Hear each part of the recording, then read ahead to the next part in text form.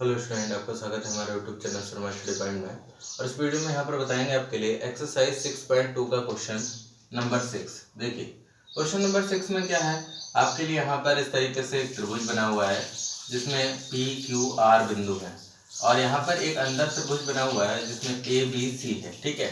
और जिसका ये जो इंटरसेक्टिंग पॉइंट है वो ओ है। तो यहाँ पर लिख सकते हैं प्रतिच्छेदन बिंदु। क्या लिखेंगे? प्रतिच्छेदन बिंदु क्या है? ओ है। ओ है, ठीक है। प्रतिच्छेदन बिंदु ओ है, यानी इंटरसेक्टिंग पॉइंट है। अब आप यहाँ पर क्या करेंगे, सबसे पहले यहाँ पर एक बात लिखेंगे। यहाँ पर दिया गया है कि ए बी जो लाइन है, ध्यान से सुनना, ए बी लाइन वो पैरेलल है, यानी समांतर है P Q K. A B line जो है वो पी क्यू के समांतर है। ऐसे ही ए सी लाइन पी आर के समांतर है। ए सी लाइन पी आर के समांतर है।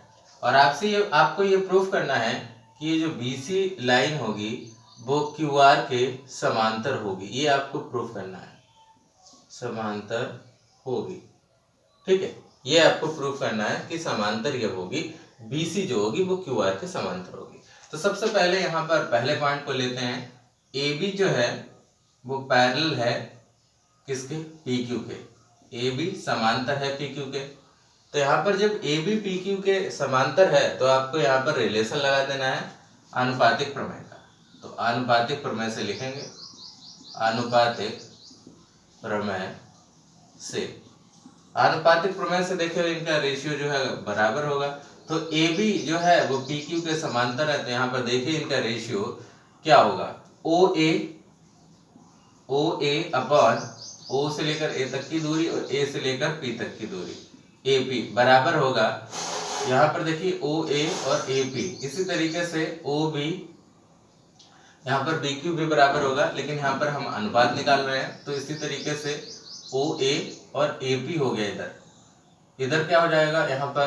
तो इस तरीके से ओ ए अपन ओ पी बराबर ओ बी, देखिए ध्यान से, ओ से लेकर बी तक की दूरी, ये इधर हो गया ओ ए पी, इधर हो गया ओ बी और बी क्यू। तो O B upon B Q, ये O B upon B Q हो जाएगा यहाँ पर, ठीक है। तो ये समीकरण नंबर 1 मान लेते हैं। देखिए हमने क्या किया है यहाँ पर, अगर ए बी जो है पैरेलल है, समांतर है पी क्यू के, तो O A upon A P जो रेशियो होगा वो बराबर होगा O B upon B Q K, ठीक है। ओ बी यहाँ से लेकर के और बी क्यू यहाँ से लेकर के, ये समीकरण नंबर 1 हो गया। अब दूसरा करेंगे, ए सी पैरेलल है पी आर के, तो लिखेंगे ए सी समांतर है पी आर के। तो क्या होगा? इसी तरीके से यहाँ भी होगा, ए सी जब पैरेलल है पी आर के तो O A upon A P, O A upon A P equal to कितना हो जाएगा? O A upon A P. इसी तरीके से ओ सी सी आर हो जाएगा, ओ सी सी आर हो जाएगा, ठीक है। समीकरण नंबर 2। अब यहाँ पर दोनों इक्वेशनों से हम लिखेंगे, क्योंकि यहाँ पर आप देख सकते हैं ओ ए अपॉन ए पी बराबर है O B upon B Q K. A C parallel अगर पी आर के है तो O A upon O P O C upon C R K बराबर है, तो दोनों ही बराबर होंगे। जब ओ ए अपॉन ए पी जो है इसकी वैल्यू यहाँ रख दो, यानी हम लिख सकते हैं समीकरण 1/2 से, 1/2 से क्या यहाँ पर दिख रहा है कि O A upon A P की वैल्यू है B O B upon B Q, ये वाली वैल्यू यहाँ रख दो, ठीक है। तो हम लिख देंगे यहाँ पर O B upon B Q बराबर, क्योंकि ये वैल्यू इसके बराबर है तो इसलिए मैं ओ ए अपॉन ए पी की वैल्यू यहाँ पर रख दी हमने, ठीक है। तो ये हो गया B O B upon B Q बराबर O C upon C R, O C upon C R हो गया। तो देखिए यहाँ पर आप देख सकते हैं ये कौन सा रिलेशन लग जाएगा। देखिए ओ बी, ये वाला ओ बी और B Q, O B B Q, O B, O से लेकर बी तक की दूरी, बी से लेकर क्यू तक की दूरी का जो रेशियो है वो ओ सी और सी आर के बराबर है। अगर ऐसा रिलेशन आपके पास आ गया है, इसका मतलब क्या हुआ कि BC जो है, BC पैरेलल है किसके? QR के। इसका मतलब हुआ BC जो है वो पैरेलल है QR के, ये आपको प्रूफ हो गया, ठीक है।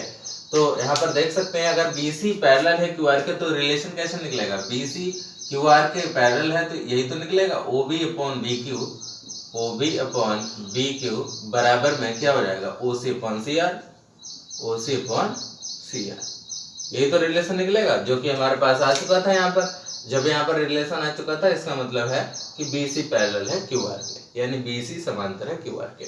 ठीक है, ये प्रूफ हो गया, यानी ये सिद्ध हो गया, आपके लिए प्रूव्ड हो गया। ठीक है, इस तरीके से यहाँ पर हम क्वेश्चन को सॉल्व कर लेंगे। अब देखिए यहाँ पर अगला जो क्वेश्चन है उसको बताते हैं। ये हो गया आपका छठा क्वेश्चन। अब यहाँ पर ये हटा देते हैं, आप इसको लिख लेना, फिर हम आपके लिए 7 क्वेश्चन करते हैं। देखिए 7 क्वेश्चन आपके लिए क्या दिया गया है, यहाँ पर इस तरीके से एक चित्र दिया गया है। त्रिभुज है ABC, ABC आपके लिए त्रिभुज है, और एक पैरेलल लाइन है DE, D और E, ये पैरेलल लाइन है। आपसे ये कहा जा रहा है कि यहाँ पर प्रूफ करिए कि जो E है वो मध्य बिंदु है। क्या है? मध्य बिंदु है। E जो है वो मध्य बिंदु है। ठीक है, E क्या है? मध्य बिंदु है। इसको प्रूफ करना है, सिद्ध करना है आपके लिए। E जो है वो मिड पॉइंट होगा। तो देखिए सबसे पहले यहाँ पर हम बात करते हैं यहाँ पर AE और AC की, और ऐसे ही AD और AB की भी बात करते हैं, DB की भी। तो हमारे पास यहाँ पर त्रिभुज दिया गया है ABC से, त्रिभुज ABC से लिखेंगे। फिर क्या लिखेंगे? D जो है मध्य बिंदु है, यानी D मिड पॉइंट है AB का। तो हम लिखेंगे D मध्य बिंदु है किसका? AB का। AB का मध्य बिंदु है। अगर ये D मिड पॉइंट है, मध्य बिंदु है, तो दूरियां बराबर होती हैं। A से लेकर D तक की दूरी बराबर होगी DB के। AD बराबर DB होगा। क्लियर है? इसी तरीके से हम यहाँ पर कहेंगे कि AE AC के बराबर, यानी मिड पॉइंट है। तो यहाँ पर पहले इसको लिख लो। देखो AD को DB से भाग कर दो, तो AD upon DB equal to कितना हो जाएगा? 1 हो जाएगा। इस समीकरण नंबर हमने 1 मान लिया। ठीक है, अब क्या कहेंगे? आप यहाँ पर प्रोपोर्शनलिटी थ्योरम लगा देंगे।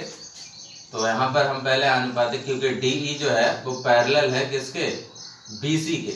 DE पैरेलल है BC के, यानी DE जो रेखा है वो BC के समांतर है। अगर समांतर है तो आनुपातिक प्रमेय लगा सकते हैं। आनुपातिक प्रमेय से देखिए, आनुपातिक प्रमेय से लगाइए भाई आनुपातिक प्रमेय। AD का रेशियो DB के बराबर होगा। AD अपॉन DB बराबर होगा किसके? AE अपॉन EC के। AE अपॉन EC के। ठीक है, AD अपॉन DB का जो रेशियो होगा वो AE अपॉन EC के जो होगा बराबर होगा। अब देखिए आप AD अपॉन DB का जो वैल्यू है वो 1 है, तो आप लिख सकते हो समीकरण 1 से, समीकरण 1/2 से, ऐसे लिखो। ये 2 समीकरण मान लो, 1/2 से। तो आप देख सकते हैं यहाँ पर AD अपॉन DB का रेशियो जो है 1 है, तो AD अपॉन DB की जगह पर आप 1 रख दीजिए, यानी 1 बराबर हो जाएगा AE अपॉन EC। ठीक है, तो यहाँ पर क्रॉस मल्टीप्लाई कर दो, EC बराबर हो जाएगा AE। और जब EC बराबर AE हो गया, यानी E से लेकर C तक की दूरी और A से लेकर AE की दूरी जो होगी वो बराबर हो गई। इसका मतलब E कैसा हो गया? E मध्य बिंदु हो गया।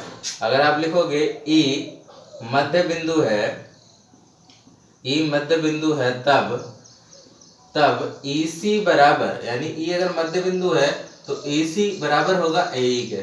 EC बराबर AE, तो यह आपका प्रूफ हो चुका है, ये सिद्ध हो चुका है कि EC जो होगा वो AE के बराबर होगा। क्यों? क्योंकि E जो है वो मध्य बिंदु है।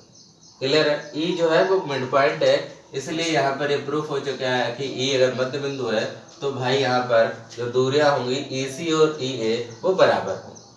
EC और AE बराबर होंगी, चाहे EA लिख लो चाहे AE लिख लो, ये बात बराबर। ठीक है ना? तो इस तरीके से यहाँ पर हमने दोनों क्वेश्चनों को आपके लिए सॉल्व कर दिया है। ये बहुत ही अच्छी थ्योरम है और प्रोपोर्शनलिटी पर आधारित है, तो यहाँ पर ऐसे क्वेश्चन को कर सकते हैं। Thank you for watching this video.